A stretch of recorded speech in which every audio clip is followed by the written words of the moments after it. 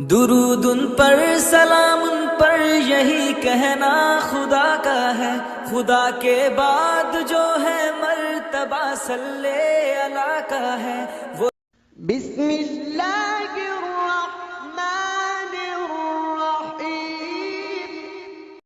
حضرت صلی اللہ علیہ وسلم نے فرمایا، درختوں میں ایک درخت ایسا ہے کہ اس کے پتے نہیں جھڑتے، اور مسلمان کی مثال اسی درخت کی سی ہے، بتاؤ وہ کون سا درخت ہے؟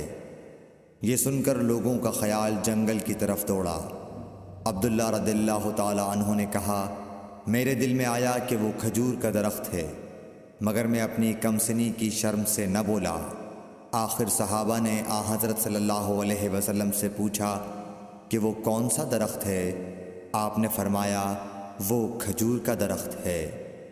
صحیح بخاری حدیث نمبر 61۔ حضرت صلی اللہ علیہ وسلم نے فرمایا، درختوں میں سے ایک درخت ایسا ہے کہ اس کے پتے نہیں جھڑتے، اور مسلمان کی بھی یہی مثال ہے، بتلاؤ وہ کون سا درخت ہے؟ یہ سن کر لوگوں کے خیالات جنگل کے درختوں میں چلے گئے۔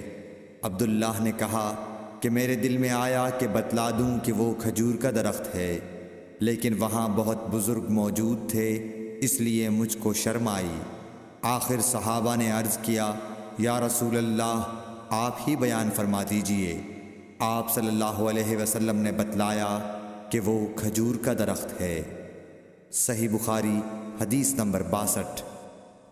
حضرت صلی اللہ علیہ وآلہ وسلم ایک بار مسجد میں بیٹھے ہوئے تھے، اتنے میں ایک شخص اونٹ پر سوار ہو کر آیا اور اونٹ کو مسجد میں بٹھا کر باندھ دیا۔ پھر پوچھنے لگا، بھائیو تم لوگوں میں محمد کون سے ہیں؟ حضرت صلی اللہ علیہ وسلم اس وقت لوگوں میں تکیہ لگائے بیٹھے ہوئے تھے۔ ہم نے کہا، حضرت محمد صلی اللہ علیہ وسلم یہ سفید رنگ والے بزرگ ہیں جو تکیہ لگائے ہوئے تشریف فرما ہیں۔ تب وہ آپ سے مخاطب ہوا کہ اے عبد المطلب کے فرزند۔ آپ صلی اللہ علیہ وسلم نے فرمایا، کہو میں آپ کی بات سن رہا ہوں۔ وہ بولا، میں آپ سے کچھ دینی باتیں دریافت کرنا چاہتا ہوں، اور ذرا سختی سے بھی پوچھوں گا تو آپ اپنے دل میں برا نہ مانیے گا۔ آپ صلی اللہ علیہ وسلم نے فرمایا، نہیں، جو تمہارا دل چاہے پوچھو۔ تب اس نے کہا کہ میں آپ کے رب اور اگلے لوگوں کے رب تبارک و تعالی کی قسم دے کر پوچھتا ہوں، کیا آپ کو اللہ نے دنیا کے سب لوگوں کی طرف رسول بنا کر بھیجا ہے؟ آپ صلی اللہ علیہ وسلم نے فرمایا، ہاں یا میرے اللہ۔ پھر اس نے کہا، میں آپ کو اللہ کی قسم دیتا ہوں، کیا اللہ نے آپ کو رات دن میں 5 نمازیں پڑھنے کا حکم فرمایا ہے؟ آپ صلی اللہ علیہ وسلم نے فرمایا، ہاں یا میرے اللہ۔ پھر کہنے لگا، میں آپ کو اللہ کی قسم دے کر پوچھتا ہوں کہ کیا اللہ نے آپ کو یہ حکم دیا ہے کہ سال بھر میں اس مہینے رمضان کے روزے رکھو؟ آپ صلی اللہ علیہ وسلم نے فرمایا، ہاں یا میرے اللہ۔ پھر کہنے لگا، میں آپ کو اللہ کی قسم دے کر پوچھتا ہوں کہ کیا اللہ نے آپ کو یہ حکم دیا ہے کہ آپ ہم میں سے جو مالدار لوگ ہیں ان سے زکوٰۃ وصول کر کے ہمارے محتاجوں میں بانٹ دیا کریں؟ حضرت صلی اللہ علیہ وسلم نے فرمایا، ہاں یا میرے اللہ۔ تب وہ شخص کہنے لگا، جو حکم آپ اللہ کے پاس سے لائے ہیں میں ان پر ایمان لایا، اور میں اپنی قوم کے لوگوں کا جو یہاں نہیں آئے ہیں بھیجا ہوا تحقیق حال کے لیے آیا ہوں۔ صحیح بخاری حدیث نمبر 63۔ رسول اللہ صلی اللہ علیہ وسلم نے ایک شخص کو اپنا ایک خط دے کر بھیجا اور اسے یہ حکم دیا کہ اسے حاکم بحرین کے پاس لے جائے۔ بحرین کے حاکم نے وہ خط کسریٰ شاہ ایران کے پاس بھیج دیا۔ جس وقت اس نے وہ خط پڑھا تو چاک کر ڈالا۔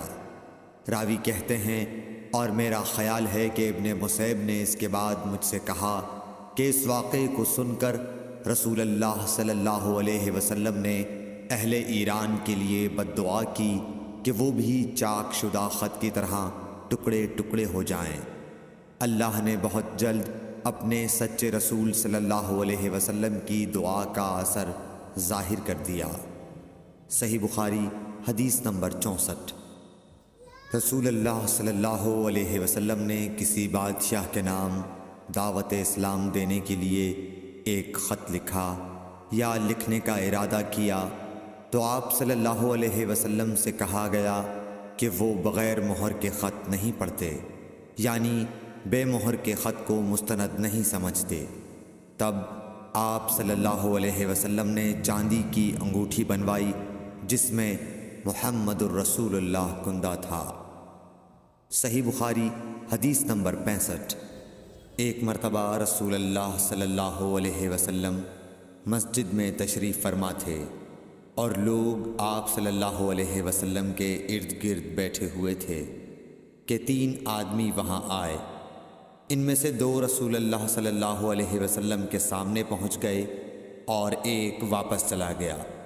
پھر وہ دونوں رسول اللہ صلی اللہ علیہ وسلم کے سامنے کھڑے ہو گئے۔